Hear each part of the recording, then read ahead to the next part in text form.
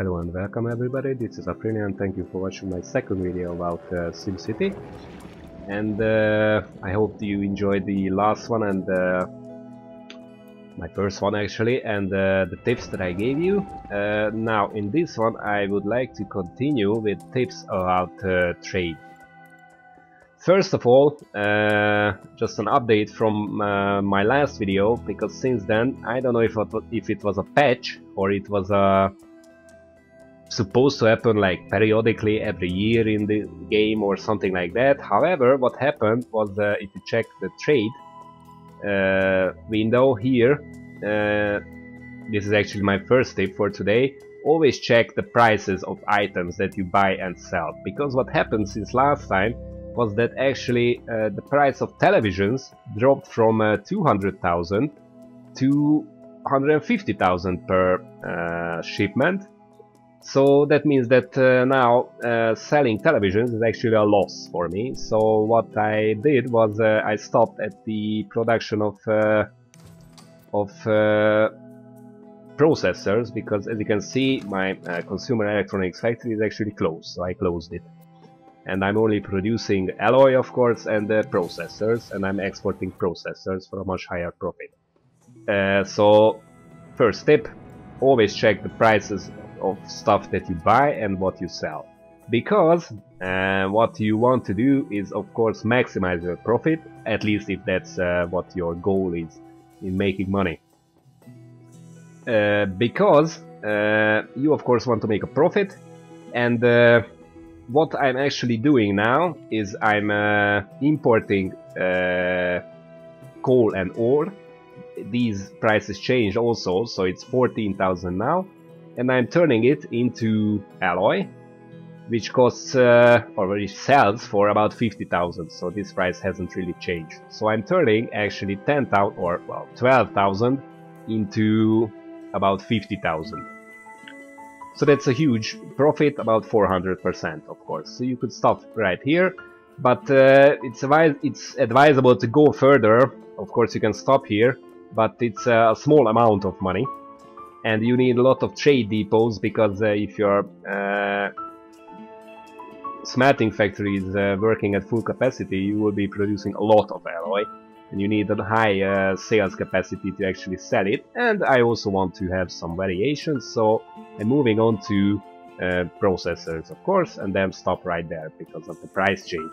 Now, so what I'm doing is I'm turning coal and ore 12,000 into 50,000, and then next, this is where, if you're familiar with economics a bit, this is where opportunity cost comes in, which is actually profit that you did not make.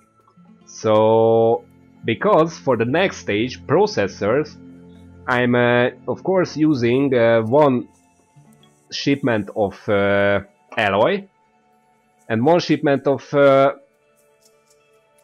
plastic to turn it into one shipment of processors. Now, what I'm actually spending money is coal plus ore plus plastic, because I'm actually producing the alloy myself, so I'm not spending money on that. However, if you factor in opportunity cost, what I'm actually do, because what I could do is actually turn 12,000 into 50,000, meaning produce alloy and then sell it. However, since I'm using the alloy, I'm actually not selling it. So I'm, through opportunity cost, actually not making a profit of 50,000, or well, profit of 40,000. So that's how I calculate the processor manufacturing. So I'm actually, the alloy actually I calculate with 50,000 cost, plus I had 12,000, no, it's 21,000 now. 21,000, so that means it costs me about 70,000, and I'm producing processor which sell for 101,000 now, so I'm actually making a 30,000 profit on processors. Actually, like I said, the best deal would be to stop right at alloy, but yeah, I want to have some variation in my town. So that's the first thing. How do you actually calculate profit and loss? And don't forget about opportunity cost. So again, this is the stuff that the profit that you're actually not making by choosing to further use alloy instead of selling it. So that's it about opportunity cost and how to calculate profit and loss. Now about trade. Of course, there are three types of trade methods that you can have in your town. One is where is it? Well, I don't actually have any. Oh yeah, I have a trade depot right here, which of course uses trucks. The next method is the shipyard, which can either use trains, which I don't have a train connection in this town, or it uses ships. And also, by the way, it also uses some trucks, so you can see that I'm exporting processors, and actually some processor trucks actually leave the shipyard, and you can see it in the well, the income and sales chart that actually this one sale of processors was done by a trade car, so because there were no ships coming in. But basically main sale through shipping or a cargo harbor will be through ships. Now, so trucks, trains and ships. Now the difference between these three methods is the frequency that they sell and the amount that they sell with each trip. Because of course trucks, they come and go, I don't know, just for the sake of comparison, they come and go about every 3 hours. But they can only carry like 2000 processors. So that means that if you're selling by cargo, of course you have to fight through your city traffic and everything, incoming traffic and everything into your town. But you will be making, so your income, sales, I mean income, cost, so they buy frequently and sell frequently, because they travel like every 5 hours or 4 hours or so. Now, if you, the next step is the train, because it can sell, again just for the sake of comparison, something about around 5000 units of processors. But it only comes about once a day. So that means that you sell bigger amounts, but you sell it less frequently. So that means that you need to have a larger amount of money in reserve to actually survive through the day. Because of course it's possible that you have like a huge stock of processors. Well, at the moment I have 3000, but the ship is nowhere to be found, and in the case of a train, maybe the train is nowhere to be found. I have to wait like one more day until it actually comes, but I have to survive through the day. So it's important. And of course the ships, cargo ships are the last thing, or the last step. They are capable of actually buying all of your well, alloy. Like all, if this would be full, like 10,000 processors, one single ship could easily buy all of it. But it only comes about every 2 days. So I need to have an even bigger money reserve to actually survive through 2 days. 2 days. So that's again something to look out for and be prepared for. Of course, like I said, there are some that even if you have only a large trade or a shipyard, there is some export and import through trucks, but it's not really that high. One more thing about especially cargo, I mean the shipyards, but also for the trade depots as well, is that it's really hard to determine what they will do next, because at this stage it would be logical that if you are importing stuff, just look at these yellow, I mean red, yellow and green bars. So that means that I'm actually, well, let's not talk about alloy because I'm using it locally, but let's talk about the last one, this yellow bar, which is plastic. So you see that I'm more than full, well, and quickly dropping. I'm at half now, but this is a yellow bar. So that would mean that I'm okay. So I have my stocks about half. Now, okay, now it's less than half, but let's suppose that this is half. But I have like, oh, I'm almost empty on coal.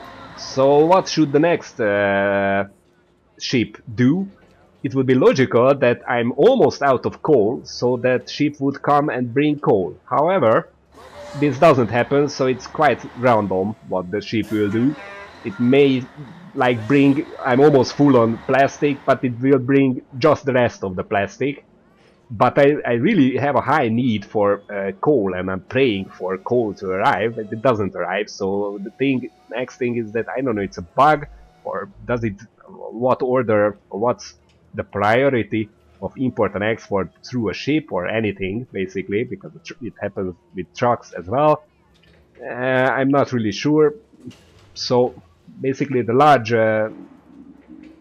shipyards have a risk in them. They have a high profit chance, but they have a bit of a risk in them, because you might be like, if the next ship doesn't buy my processors, then I'm bankrupt and I'm full of processors. However, the ship comes and it doesn't touch the processors, maybe brings in like 10 tons of alloy, and then puff, you're bankrupt. So, you know, only go for these large shipments, and especially with the shipyard or the train station, if you have a lot of money or enough money to survive maybe a week or so. Now the next thing, of course, there are two types of trucks, because there are actually two types of trucks. Of course, one is the kind of truck which is in a trade depot, or in this case the shipyard, so these trucks. And the other type is the kind of trucks which are in the factories, so these ones. And I only had a smaller chance to, or a short period of time to actually experiment with it, when I had a new city and it only had one smelting factory and one trade depot and really low traffic, like 2,000 citizens or something like that. And what I noticed is that the trucks at the factory are the ones that actually move the stuff that you produce from the factory to the shipyard or trade depot, and only these trucks. And the trucks at the well, trade depot or shipyard are the ones that import and export stuff. So that means that what happened was that, and this is why I noticed this phenomenon, that in my city that I mentioned, I was producing a lot of alloy, but I wasn't selling enough, because I had 4 trucks, so all the trucks at the trade depot, but only 1 truck at the factory. And only 1 truck at the factory, so the factory truck was the only truck that actually moved the alloy from the factory to the trade depot. And that there were basically 4 trucks at the trade depot waiting to export stuff, which wasn't there, because this line, I mean this supply line between the factory and the trade depot was slow. But I had a high potential of export, which didn't happen because of this line being only 1 truck. So that's something to look out for as well. I mean, buy all the trucks everywhere that you can, basically. Also, one more thing is that I believe that the trucks at all of your trade depots, so in the case of this town, the shipyard and this trade depot are actually, I believe, this is just through observation, again, I could be wrong, but I did observe this, that they count kind of like one big carpool. So that means that, for example, this one has only, so it's only deals with processors and ore. And this large shipyard is the one which handles the coal and alloy and plastic and everything. However, it is possible that or at least what happened for me, was that in a similar situation I had like literally 12 plastic cars, so cars marked with plastic, going into a trade depot where they basically had no business to be there, because and again I guess this might be happening now, because as you can see there are these two trucks really coming close to this trade. No, okay, it's not happening because they are going to the recycling factory, so it didn't happen. False alarm. Anyway, it did happen at once, so that actually the... So, did you see that? I mean, right now, what appeared here is an alloy truck. However, this trade depot only deals with processors and ore. So what the hell is this this alloy car do? What's it doing exiting my trade depot? It shouldn't even be here. So that's why I believe that all your trade depot and shipyard cars within one town actually count as... So they belong to all of them. And this sucks. Because what, at least if you want to really optimize your town, because what seems logical to do is if you import and export stuff, you would put the trade depot right here next to the exit point and entry point to your town.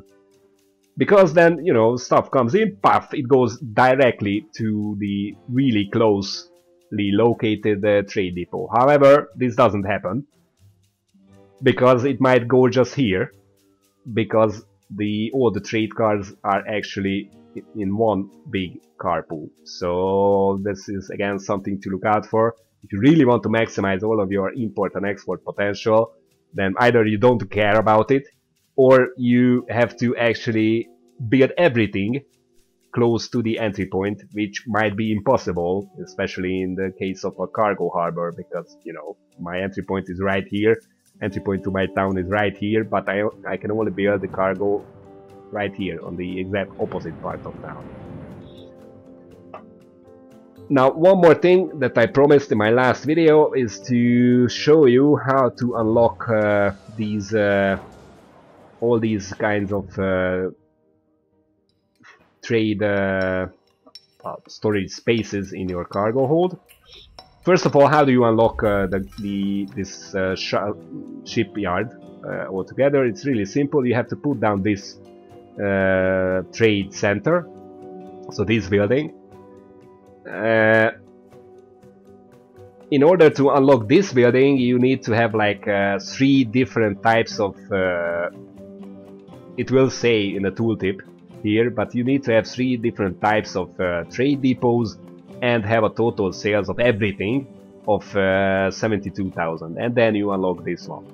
After that, if you unlock this one, you need to have more and more sales, and you unlock this is the electronics department, the metal department, and the oil department. However, again, keep an eye out on what these buildings, these upgrades, actually unlock, because this one, the electronics stuff, unlocks plastic, alloy, processor, TV, and computer in the shipyard. Just as an example, so this one, the electronics one, unlocks plastic as well as other stuff. This one, the oil upgrade, also unlocks plastic and oil and fuel stuff. So it's basically possible to unlock plastic storage through electronics or through alloy. I mean oil upgrade, sorry. So basically everything that you will need, with the exception of ore and coal, will be available just by unlocking this upgrade of the trade center. So you have, with unlocking this one, you have access to plastic, alloy, processors, TVs and computers. So you need to have only these two This one, the middle one, is of course the metal upgrade, or metal building, which will unlock coal and ore. So you need to unlock these two, to have access to everything you need for processor sales.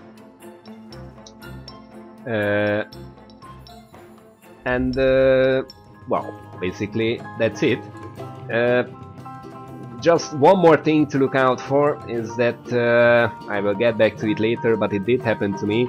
Of course, this is my next town, so I have the archaeology, or whatever it is called, unlocked.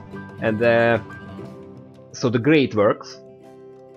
What you will need to have to build the great works, I maybe mentioned it in my last video, is to have all the necessary stuff that you need to build at the great works. So if you check here, and it's only in building stage, it will say right here how many tons and how many pieces of what it needs. You will need to have these things on import or on local use. So that means that, for example, if it needs, like, I don't know, let's say it needs processors, it needs to be either here or here, in order for your trade, well, cargo, cars or whatever, to actually take this stuff and move it to the great works. So don't forget to set it to import. Import or local use if you want to build a great work. However, what I wanted to say is that it was with the, well, my third great work is actually, that's already produced, is an international airport, which well, it doesn't really show here because yeah, I will mention it. It's great works, but it's actually, it says that the great work unlocks for the whole region, but the region is not every city that you see here. The region is the surrounding cities. So, for example, this one, hopefully it doesn't bug out loading this town, but this town most probably has access to something completely different. Although there is an archaeology in this region, but it's not. Yeah, just check that out. So if you look at the region, we just came from here, and the archaeology stands right here, but it doesn't show from this city because this city is considered to be next to this great work, which is actually an international airport. I will get back to what each one means and what the benefits of it are, if any, in my next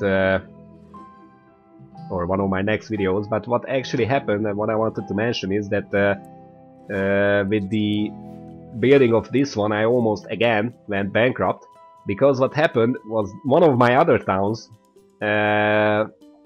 was bugged, so the file corrupted. I couldn't load it anymore. So what happened was all of my, but literally all of my trade stuff, or trade lorries, were actually standing right here at the construction site, and they couldn't even enter this large road. So they were stuck.